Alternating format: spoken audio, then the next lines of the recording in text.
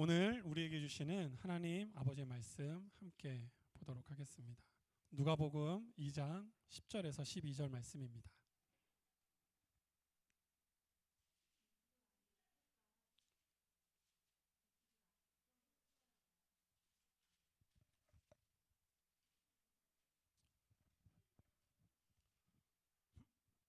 누가복음 2장 10절에서 12절 말씀.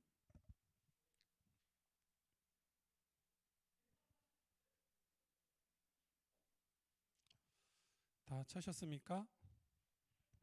네. 앞에도 이제 자막으로도 올라올 겁니다. 우리 한 목소리로 함께 읽도록 하겠습니다. 천사가 이르되 무서워하지 말라. 보라, 내가 온 백성에게 미칠 큰 기쁨의 좋은 소식을 너희에게 전하노라. 오늘 다윗의 동네에 너희를 위하여 구주가 나셨으니 곧 그리스도 주시니라. 너희가 가서 강보에 쌓여 구유에 뉘어 있는 아기를 보리니 이것이 너희에게 표적이니라. 아멘.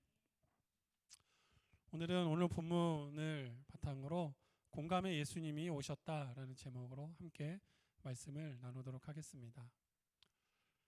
오늘은 2022년 마지막 주일이면서 성탄절입니다.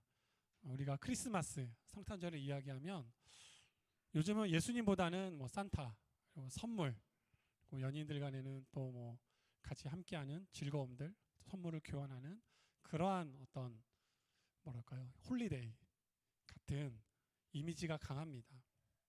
근데 본래 성탄의 의미는 우리가 알고 있는 것처럼 예수님이 이 땅에 오심을 우리가 기뻐하고 또 감사하는 것이 성탄의 의미인데, 지금은 아이들에게도 많은 사람에게도 성탄절은 하나의 휴일의 개념이 더 가까운 건 사실입니다.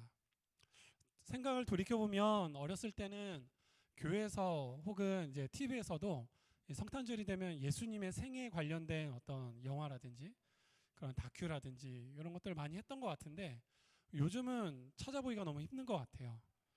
요즘은 찾아보기가 힘들고 그냥 산타 이야기, 여러 가지 즐거운 이야기, 그냥 휴일로서 지나가는 것 같은 생각들이 많이 듭니다. 그래도 또 우리만큼은, 주의 교회에서 함께하고 있는 우리만큼은 예수님의 이 땅에 오심이 어떠한 의미인지 함께 고민하고 생각해보는 시간들을 가졌으면 좋겠습니다. 성탄에 있어서 가장 중요한 건 예수님이 우리에게 오셨다라는 겁니다. 예수님이 누구시냐 하면 하나님이신 예수님이 우리 가운데 오셨다라는 것입니다. 신이 사람에게 오는 경우는 사실 그렇게 드물게 나타나진 않습니다. 그 당시에 그리스 로마 신화라든지 여러 신을 섬기던 이방의 사람들의 이야기, 그 당시 상황을 돌아보게 되면 신은 사람의 몸으로 쉽게 오지는 않습니다. 오더라도 아주 잠깐의 시간을 왔다가 가거나 혹은 그저 신이라는 존재와 위치에 있어서 인간 세상을 바라보고 또 그들의 뜻대로 세상을 소위 쥐락펴락하는 어떤 그러한 모습의 신, 그리고 어떻게 보면 욕심도 많고 타락하기도 하는 어떤 인간의 본성을 가지고 있는 신들에 대한 이야기들이 그 당시에 이스라엘 주변 고대 근동에서의 신의 대부분의 모습들이었습니다.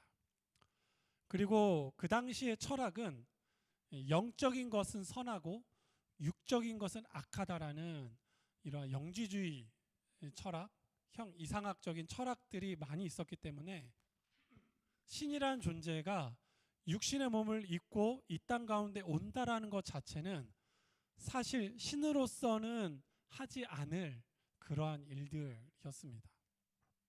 그런데 성경은 예수님이 이 땅 가운데 오셨고, 특히 사람의 몸으로 사람이 태어나는 어떠한 과정을 통해서 이 땅 가운데 오셨다라고 이야기하고 있습니다.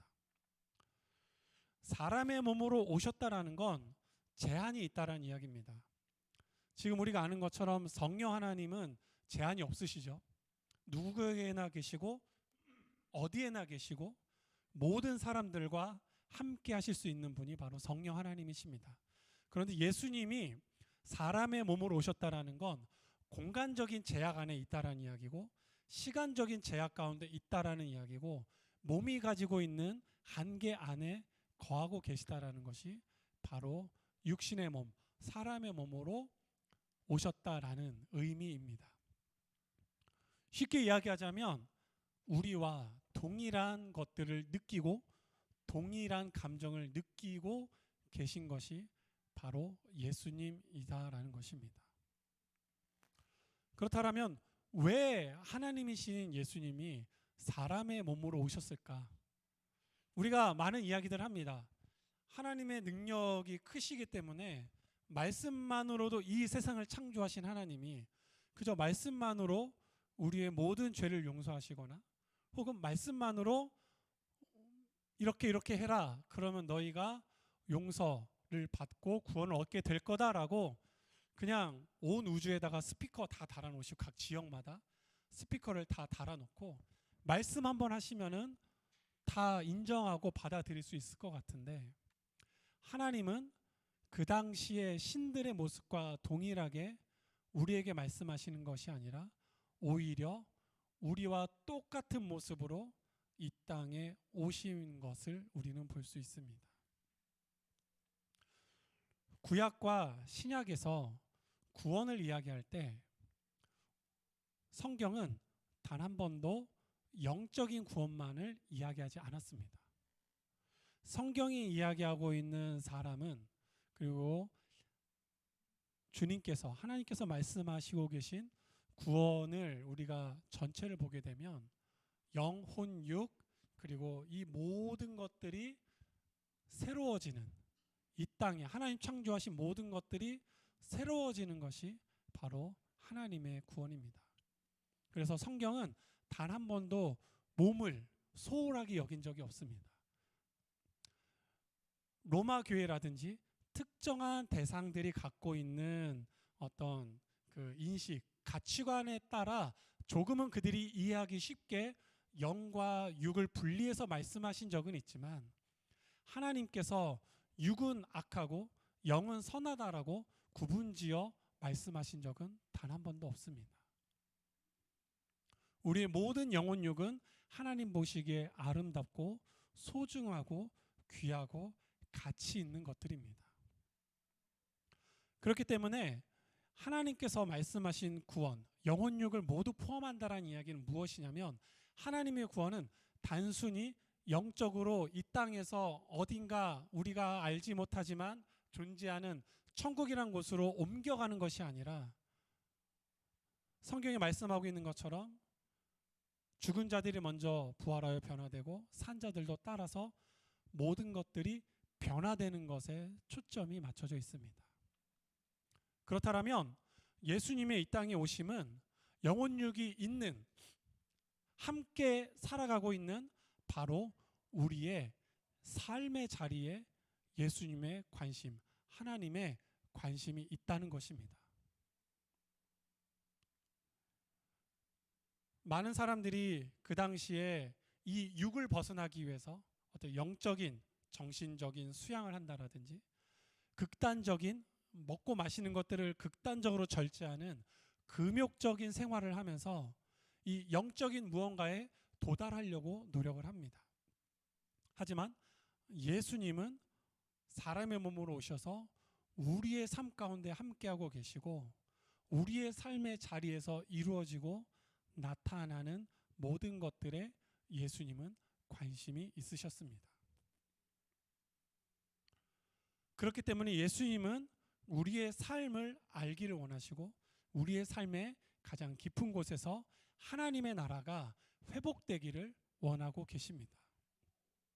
그래서 예수님이 오셔서 침례를 받고 나신 이후에 뭐라 말씀하시냐면, 성경은 예수님이 하나님의 나라의 복음을 전하고 있다라고 말씀하고 계시고, 누군가 예수님에게 내가 무엇을 해야 합니까? 라고, 구원을 얻기 위해서 무엇을 해야 합니까? 라고 이야기했을 때 예수님은 하나님을 사랑하고 이웃을 사랑하라고 말씀하십니다. 예배를 잘 드려라, 헌금을 많이 해라.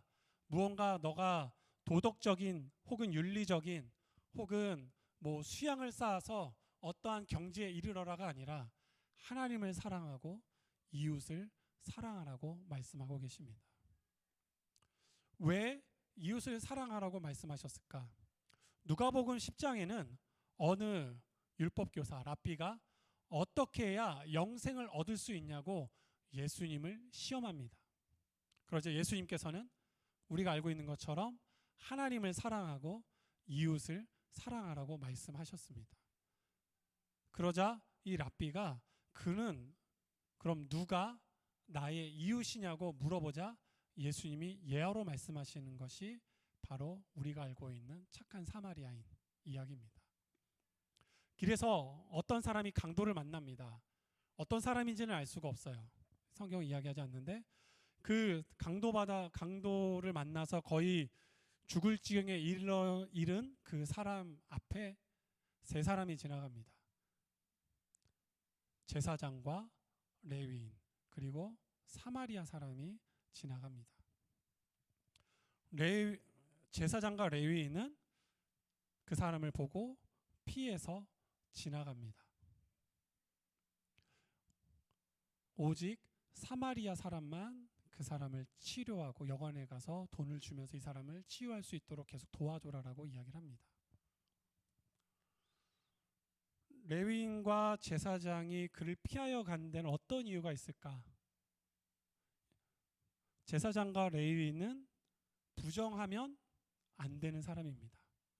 부정하게 되면 자신에게 맡겨진 제사장과 레위인으로서 성전, 당시에 성전에서 감당해야 할 자신의 일을 할 수가 없게 되는 겁니다. 어떻게 보면 제사장과 레위인은 그들이 가지고 있던 율법에 비추어 보았을 때는 현명한 선택일 수도 있었습니다. 그가 피 흘린 사람, 혹 이 사람이 어떠한 부정함을 입은 사람일지 알 수 없는 상황에 있는 그 사람을 내가 만지고 도와줌을 통해서 내가 부정해진다라면 나는 제사장으로서 레위인으로서 감당해야 할 자신의 일을 할 수 없다라는 어떻게 보면은 뭐 합리적인 핑계를 댈 수 있는 것이 있었고 이 두 사람은 성경은 기록하고 있지만 그 이유인지는 알 수 없지만 이 사람을 피해서 갑니다. 근데 오직 사마리아 사람만이 자신의 돈을 들여서 이 사람을 살리기로 결정을 합니다.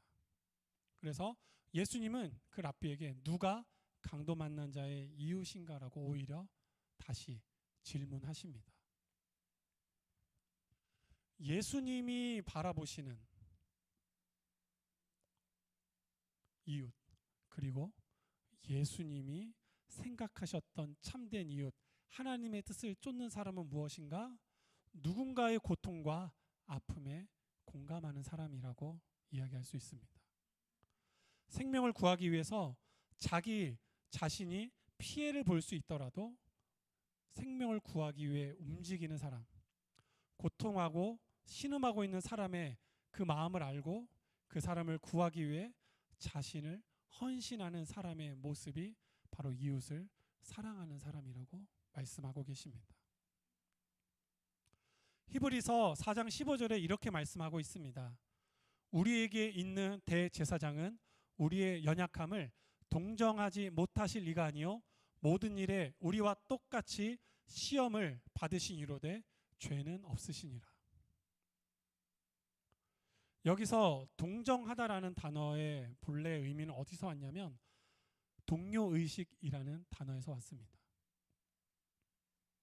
예수님의 동정하심은 동료의식입니다. 함께 같이 고난당하고 함께 같이 시험을 받으신 분이 바로 예수님이십니다. 누구보다도 우리의 삶에 처해 있는 상황과 환경을 그저 아시는 분이 아니라 같이 겪으신 분이 예수님이라고 말씀하고 계십니다. 우리가 가장 힘든 시간들은 내가 못 먹고 못 마시는 혹은 내가 육신의 아픔, 질병이나 고통으로 인해서 아파하는 시간들일 수 있지만 그 시간들 가운데 우리를 더 힘들게 할 수 있는 것은 바로 내가 혼자라는 생각이 들 때입니다. 내가 아무리 많은 것을 가지고 있고 많은 것을 누릴지라도 혼자라고 느껴질 때 그 사람은 그 어느 때보다도 외롭고 고통스럽습니다. 아이들이 아플 때, 열이 많이 날 때 힘들어 하잖아요. 근데 뭐 여기 부모님이 대부분이시니까 아이들이 아무리 아파도 엄마 아픔에 아빠 품에 있으면 그 아픔의 강도가 좀 누그러들어요. 네. 열은 계속 나더라도 그 아픔의 강도가 좀 누그러듭니다. 마음이 두렵지가 않고 편안해요. 왜냐하면 엄마 아빠가 내 곁에 있기 때문입니다. 그런데 가장 힘든 건 내가 아플 때, 혼자 있을 때, 주변에 아무도 없을 때라는 거죠. 우리가 인생의 삶에 있어서 때론 힘들고 고통스러운 이유 중에 하나는 바로 내가 혼자 있다라고, 홀로 있다라고 느껴질 때입니다. 그런데 그 시간들 안에 예수님은 그 사람들과 함께하고 계십니다. 예수님이 오셔서 하신 일은 병든 자, 가난한 자들에게 찾아가십니다. 병든 자들은 혼자 있을 수밖에 없습니다. 구약의 율법 때문에 내가 질병이 있거나 피 흘림이 있는 사람들은 다른 사람들과 교류할 수가 없었습니다. 가난한 사람들 주변에 사람들이 모이지가 않습니다. 부자인 사람들에게 가서 뭐라도 떨어질 것이 있을까 사람들이 모이지, 가난한 사람들 곁에는 아무도 없습니다. 그런데 예수님은 그 사람들과 함께 하십니다. 베데스다 연못에서 치료받기 위해 수십 년을 기다리던 사람에게 다가가신 분이 예수님이시고, 문둥병으로 홀로 고통받는 그 사람들을 찾아가신 분이 예수님이십니다. 간음하여 죄를 지어서 돌로 쳐 죽임을 당할 상황 가운데 있던 여인을 향해서 다가가신 분이 예수님이고, 자녀의 죽음으로 인해서 슬퍼하는 사람들에게 찾아가서 죽음에 홀로 있던 그 아이에게 다가가서 다시금 살게 하신 분이 바로 예수님이십니다. 우리가 믿는 예수님은 먼 데서 우리를 바라보시고 무언가 종교적인 성취를 이루어야만 그래 인정해 줄게 라고 말씀하시는 분이 아니라, 우리가 그 어떠한 상황 가운데 있을지라도 우리에게 오셔서 함께 그 마음을 아파해 주시고, 함께 눈물 흘려 주시고, 또한 함께 먹고 마시고 즐거워하시는 분이 바로 예수님이십니다. 천국에 비유할 때 잃어버린 돈에 대해서 비유를 하잖아요. 뭐 그 사람의 실수겠죠. 돈을 잃어버린 거. 잃어버렸다 다시 찾았을 때 즐거워하고 잔치를 여는 것이 하나님의 나라라고 말씀하고 계십니다. 주님이 함께 하시는 시간들은 회복과 즐거움, 잔치가 열리는 기쁨의 시간들로 주님께서 인도해 가십니다. 하나님의 나라는 그렇다라고 말씀하고 있습니다. 로마서 14장 17절에 하나님의 나라는 오직 성령 안에 있는 의와 평강과 희락이라고 말씀하고 있는 것처럼, 하나님의 나라를 누리고 살아가는 우리에게 있어서는 주님과 함께하는, 그리고 성령님과 함께하는 의와 평화와 기쁨이 우리의 삶 가운데 예비되어 있다라고 말씀하고 있습니다. 그렇기 때문에 우리가 해야 할 것은 그 하나님의 나라를 무엇으로 바라보냐? 지난주에 말씀드린 것처럼 믿음으로 바라보는 것입니다. 우리가 해야 할 것은 어떠한 행동을 통해서 미션을 달성하는 것이 아니라 바로 믿음으로 바라보는 것. 그 주님이 나와 함께 하심을, 나의 구원자가 되시고 나를 살리시고 나를 회복하게 하실 유일한 한 분이심을 믿는 믿음이라고 말씀하고 있습니다. 2022년을 마무리하고 있는 이 시점에서 우리가 생각해야 하고 바라보아야 할 것, 특히 여기 계신 부모님 그리고 우리 진성 형제, 우리의 삶에서 우리에게 준비된 예비된 시간들이 얼마나 우리 앞에 남아 있을지는 우리는 알 수 없습니다. 세상에서 이야기하는 것처럼 오는 건 순서가 있어도 가는 건 순서가 없다고 하는 것처럼 우리에게 남겨진 시간이 얼마일지는 알 수 없지만 그 시간들 안에 과연 우리는 누구와 함께 살아갈 것이고 어떠한 마음으로 살아갈 것이고 어떠한 믿음을 통해서 무엇을 누리고 살아갈 것인가는 우리의 믿음이 결정을 하게 됩니다. 어떠한 사람은 돈을 믿음으로 찾는 사람들이 있을 겁니다. 물질이 내 삶에 소망을 주고 물질이 내 삶에 기쁨을 주고 물질이 내 삶에 평화를 줄 것이라고 믿고 그 물질을 향해서 살아가는 사람들이 있을 겁니다. 또 어떤 사람은 믿음으로 주님을 바라보는 사람들이 있을 겁니다.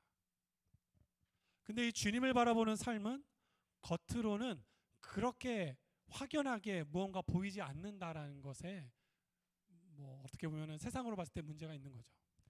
둘을 비교할 때 명확하게 비교할 수 있는 차이가 없습니다. 세상에 돈을 쫓는 사람은 명확하게 보입니다. 돈, 좋은 집, 좋은 옷, 좋은 차, 좋은 먹을 것, 사람들의 관심, 사람들의 인정, 그리고 그 안에서 오는 만족을 얻으면서 살아가는 것들이 너무나도 확연하게 눈에 보입니다. 근데 문제는 믿음으로 살아가는 삶에 있어서 사람들의 인정이 있습니까? 눈에 보이는 물질의 부유함들이 있습니까? 있을 수도 있지만 모든 사람이 동일하게 다 그렇게 살진 않거든요. 사람들이 볼 때 박수치며 칭찬합니까? 오히려 고린도전서에 나와 있는 것처럼 어리석다라고 이야기합니다. 야, 저 예수님 믿는 사람들 바보 같아 라고 이야기합니다. 현실과 다른 모습으로 살아가는 우리에게 있어서 이 세상을 쫓고 돈을 쫓는 사람들이 봤을 때는 이상한 사람들이에요. 그런데 시간이 지나고 내 삶의 시간이 끝이 다가갈수록 확연하게 차이가 나는 것은 돈을 쫓는 사람들에게 있어서는 불안함이 떠나지 않는다라는 겁니다. 걱정이 떠나지 않는다라는 겁니다. 그들에게 있어서 사람들의 시선이 사라졌을 때, 그들이 소유했던 것들이 하나둘 사라지기 시작할 때 두려움이 오기 시작합니다. 걱정과 근심이 찾아오기 시작합니다. 근데 믿음 안에 있는 사람은 어떠냐? 세상의 물질, 돈, 내가 가진 것들이 사라질지라도 무엇이 흔들리지 않냐면 하나님 나라, 성령 안에 있는 의와 평화와 기쁨은 절대 사라지지 않기 때문에 그때부터 확연한 차이가 나타나기 시작을 합니다. 믿음 안에 있는 사람은 두려움이 없습니다. 믿음은 두려움을 내어 쫓습니다. 하나님의 사랑은 우리 안에 있는 모든 어둠과 두려움을 내어 쫓습니다. 우리 안에 평화와 기쁨으로써 가득하게 하십니다.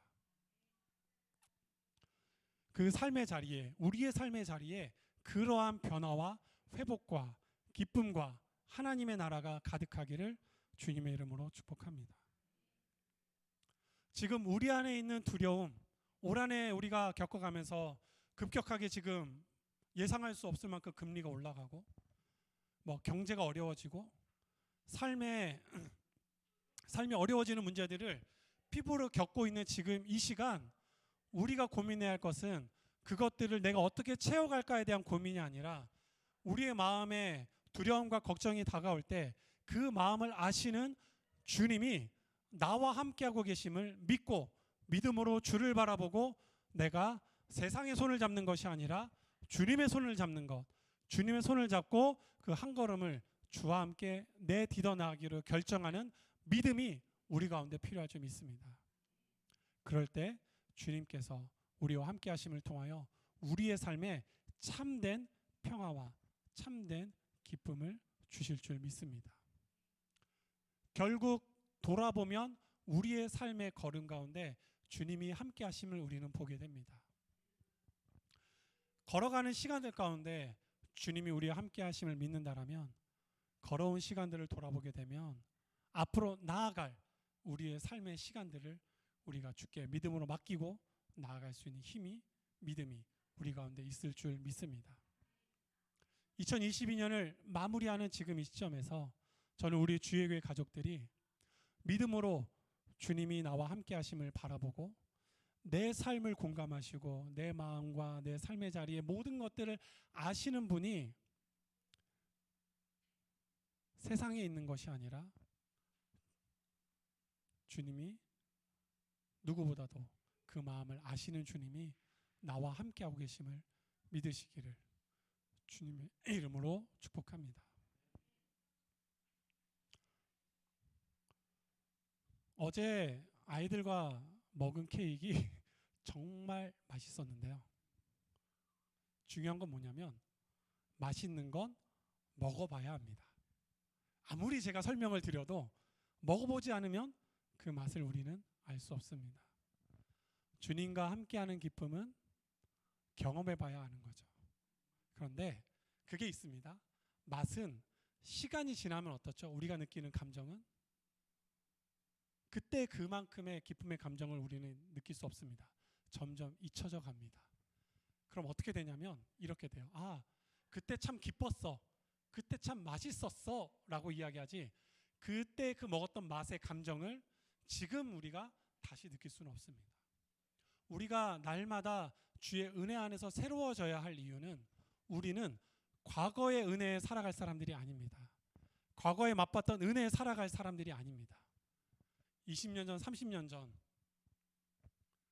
교회에서 구역장을 하시면서 선임을 하시면서 봉사를 하시면서 느꼈던 은혜들로 살아가는 사람이 아니라 지금 우리에게 주시는 은혜로 살아가는 것, 지금 우리가 맛보는 그 은혜의 맛으로 살아가는 것, 그것이 우리에게 필요합니다. 그 믿음을 가지고 주와 함께함을 기대하십시오. 주님에서 함께하시고 그 사랑으로, 그 기쁨으로, 그 평안으로 우리를 인도하여 주실 줄 믿습니다. 우리가 내년에 이제 예배를 드릴 겁니다. 다음 주 내년에. 그때 우리가 하나님의 나라를 이야기할 때, 의와 평화와 기쁨을 이야기할 때 10년 전, 20년 전, 30년 전 뜨거웠던 때의 평화와 기쁨이 아니라 바로 이번 한 주간 오늘부터 지금 이 시간부터 함께 하실 주님의 놀라운 평화와 기쁨을 이야기하고 고백할 수 있는 날이 되기를 주님의 이름으로 축복합니다. 우리가 과거를 잊는 것은 아니지만 우리가 과거만을 쫓아가지 마십시오. 지금 주님께서 우리와 함께 하십니다. 지금 주님께서 우리 가족들과 함께 하십니다. 그 주님의 손을 잡고 우리가 함께 걸어갔으면 좋겠습니다. 기도하겠습니다.